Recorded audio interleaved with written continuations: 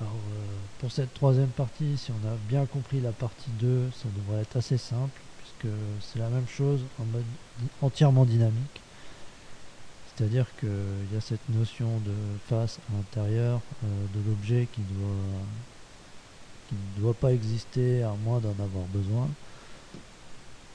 Je vais refaire la même chose, mais en mode dynamique. Donc, en fait, ce qui se passe ici, si j'édite l'objet, je dois éditer chaque dent indépendamment, ou toutes les sélectionner et pouvoir les modifier simultanément comme je le souhaite, ce qui n'est pas toujours le cas. Donc, si je veux avoir le manipulateur au centre des objets, je me mets un point médian ici, en object mode, et ça me permet d'avoir bouton droit, bouton gauche, le manipulateur au centre. Donc là, j'ai des objets relativement simples, puisqu'ils ne sont pas composés. Voilà, en monobloc.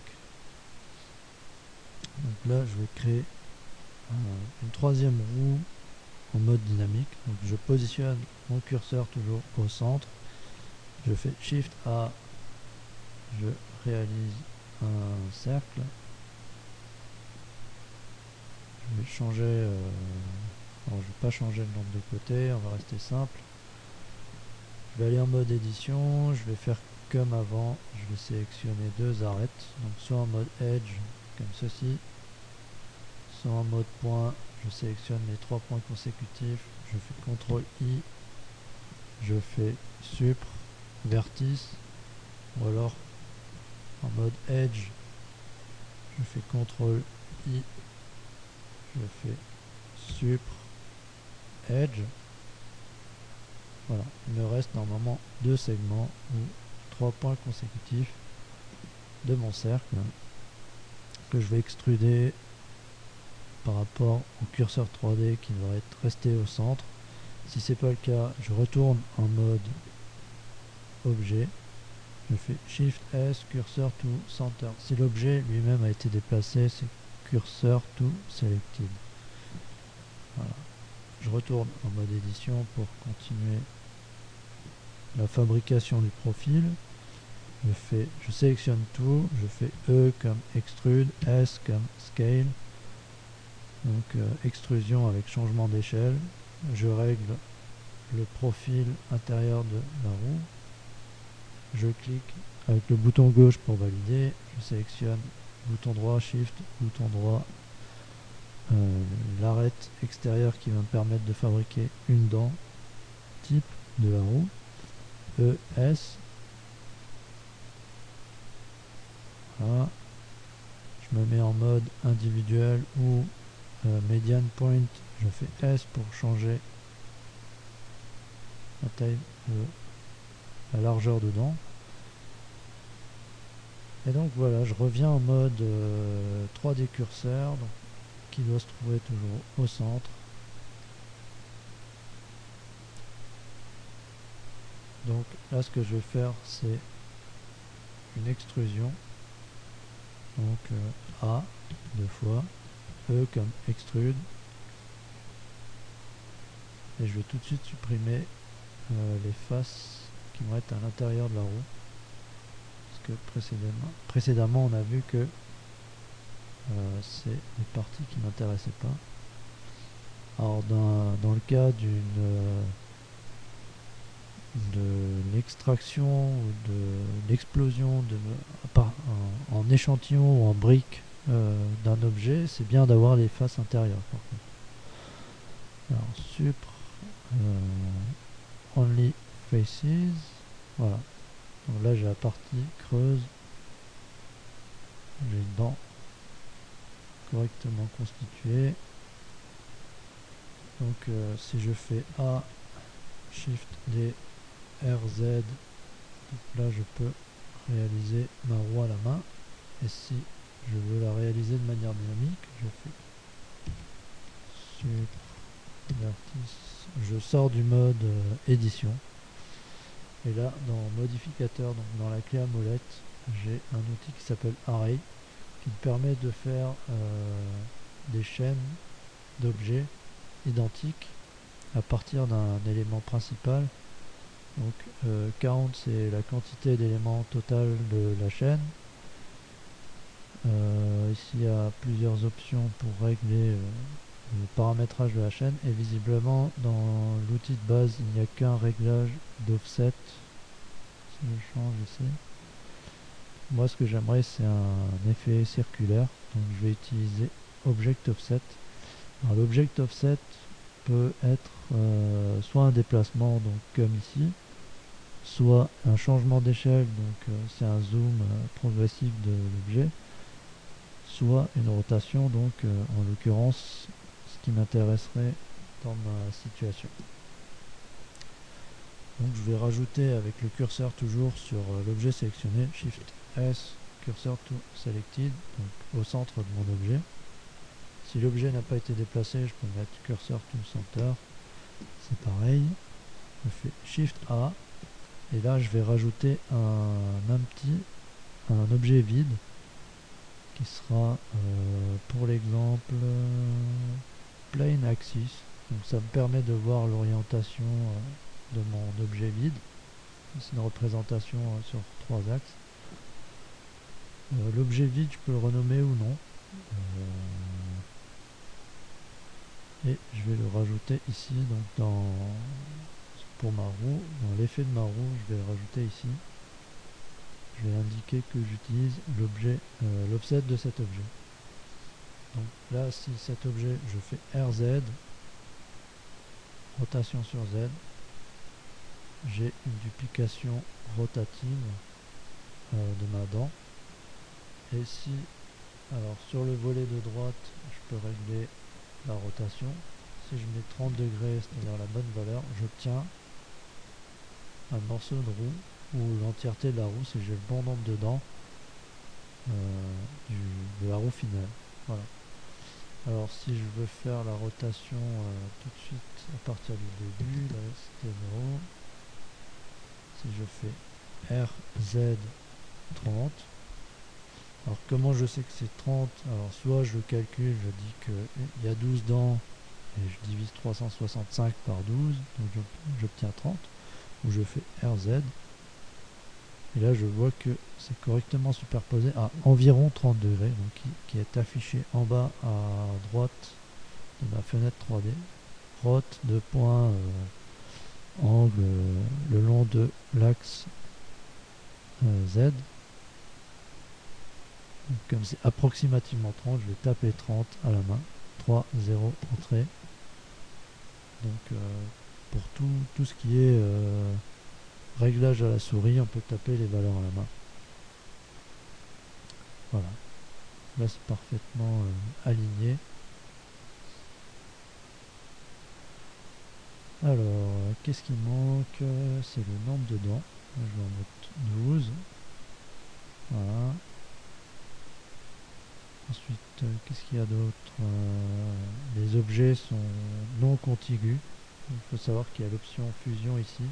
Donc, comme précédemment avec le menu W Remove Double, ici l'opération est faite dynamiquement entre chaque élément et entre le premier et le dernier. C'est un choix si on fabrique certaines pièces de mettre ou non l'une ou l'autre option ou les deux. Ici on va utiliser les deux pour tout fusionner, et je vois que la roue a une autre couleur que à l'aide de la touche Z. J'ai l'affichage en solide, donc ça m'indique que les faces sont éclairées en inverse, cette coloration. Donc je vais juste entrer en mode édition, je sélectionne tout à l'aide de la touche A, je fais CTRL N et ça réoriente les normales. Donc ici on peut afficher les normales,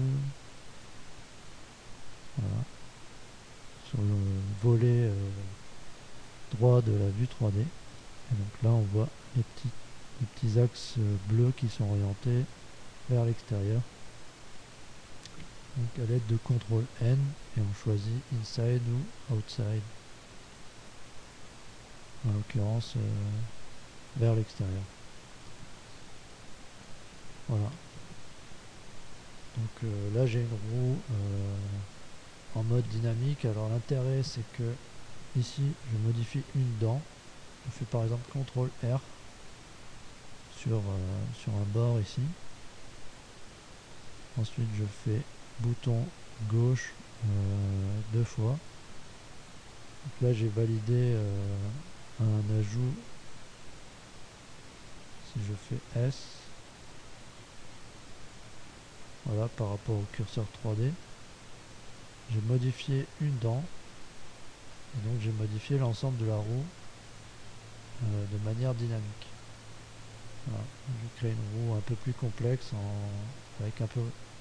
Au début c'est un peu plus de travail, mais finalement pour un objet un peu plus riche, ça permet de vraiment économiser du temps et surtout de modifier ultérieurement. Voilà. Et si je fais extrude scale,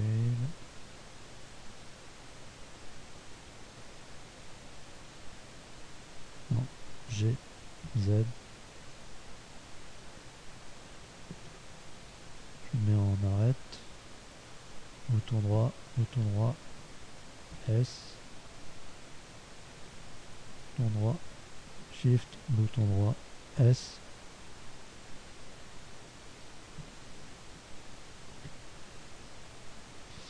Là je fais, je mets en mode face, bouton droit, Shift, bouton milieu, S, Z, 0, non. Bouton droit, median point,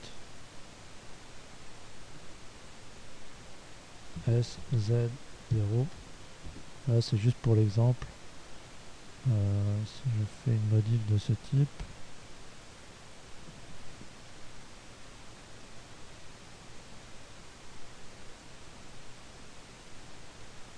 bouton droit, supr,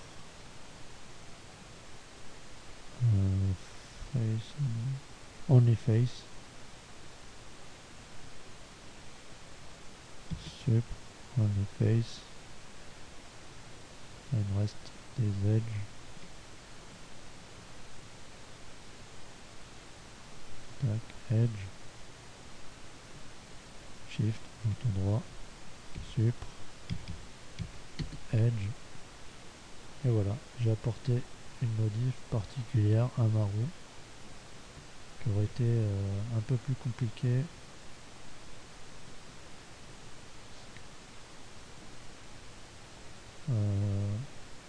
Curseur 3D, scale,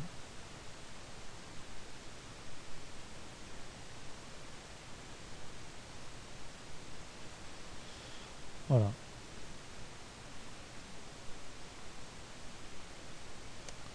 C'est un peu particulier là.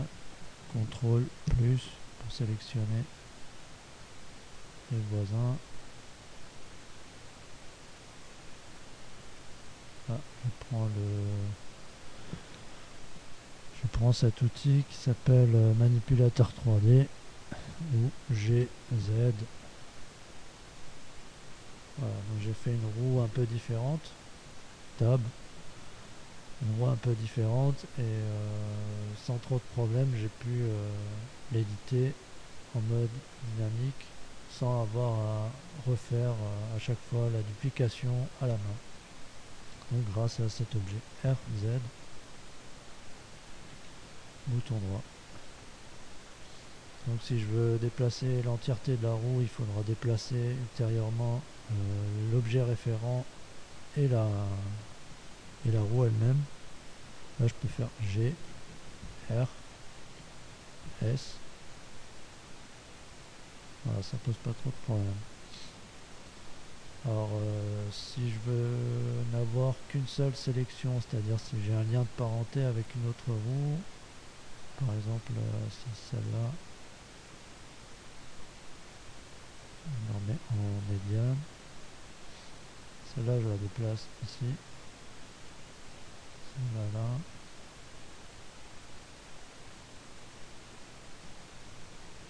RZ. Voilà. Donc si je veux un lien de parenté entre les deux roues, c'est mieux d'avoir un objet de ce type qui soit le parent de celui-là et celui-là. Donc pour ce faire, je place le curseur 3D au centre de ma roue. Donc Shift S, cursor to selected. Puisque la roue, en fait, si je sélectionne tout, elle pourrait se trouver ailleurs qu'au centre.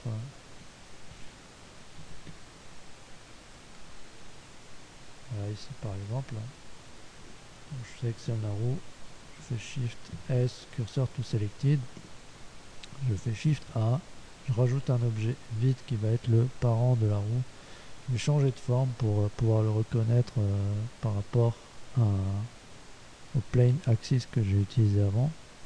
Voilà, j'ai un objet différent. Et je sélectionne, donc je fais bouton droit, Shift, bouton droit, et en dernier, Shift, bouton droit sur l'objet qui va être le parent des deux autres. Et je fais CTRL P, parent to objet. Voilà. Et donc, si je modifie cette espèce de sphère là, vide que j'ai rajouté, je fais R, S ou G.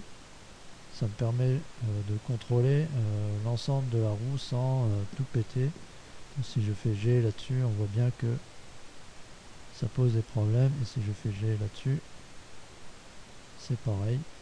Donc, puisque les deux objets doivent garder les mêmes distances, les mêmes angles, les mêmes références pour conserver l'aspect final. Alors si je veux pas faire tout ça, je peux valider, je peux appliquer cet effet. Ça va me rendre tout ça statique. Donc je vais dupliquer, je sélectionne tout, je fais Shift D. Donc là j'ai créé un clone de ma roue. Si je fais Apply ici, en sélectionnant la roue clone, Apply, là il n'y a plus aucun effet, donc je peux supprimer les CTRL Z. Alors je peux pas, si je supprime le parent. Bon là avec ça c'est un mauvais exemple. Si je fais Alt P, je peux déparenter un objet. Je vais plutôt le faire sur la roue. Alt P sur la roue, lire parent. Alors elle est revenue à sa position initiale parce qu'en fait par défaut le logiciel n'applique les déplacements que sur le parent le plus élevé et du coup le reste suit. Voilà, donc là elle est plus parentée aux objets ici. Et j'ai pas non plus besoin du plane axis qui a été appliqué là avec l'option apply du modificateur le modificateur qui s'appelait array. Donc je peux les supprimer et j'ai une roue indépendante comme les deux roues précédentes. Donc je peux l'utiliser normalement, et si je veux la laisser dynamique, il faudra utiliser cette méthode ici. Donc un petit détail pour les faire tourner dans le bon sens, chaque objet a des paramètres ici de rotation, de déplacement et d'échelle. C'est des paramètres qui peuvent être animés ultérieurement. Donc si je veux par exemple que cet objet tourne en opposition avec la roue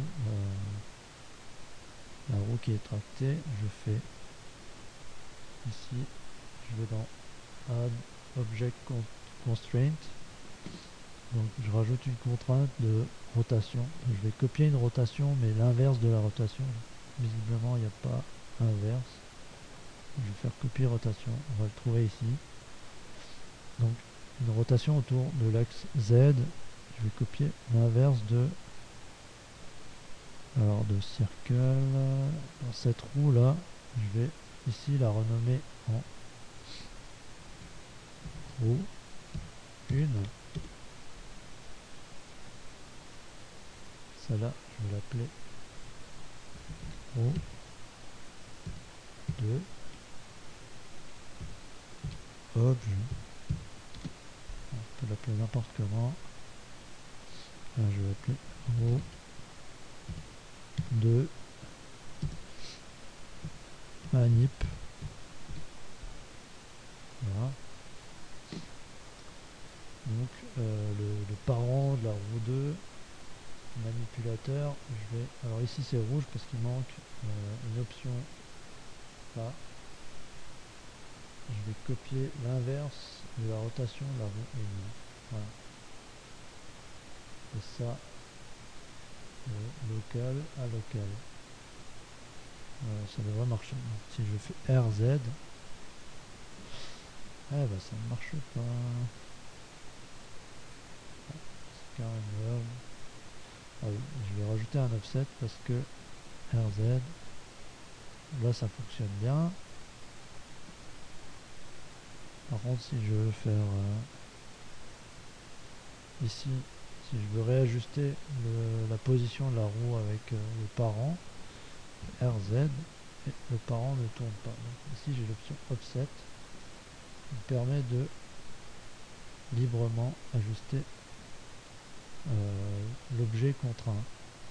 RZ, je vais le coller là. Donc là je sélectionne l'autre objet, RZ. Je reprends le parent, RZ. Bon, les deux roues sont pas faites pour fonctionner ensemble, mais quand même un aspect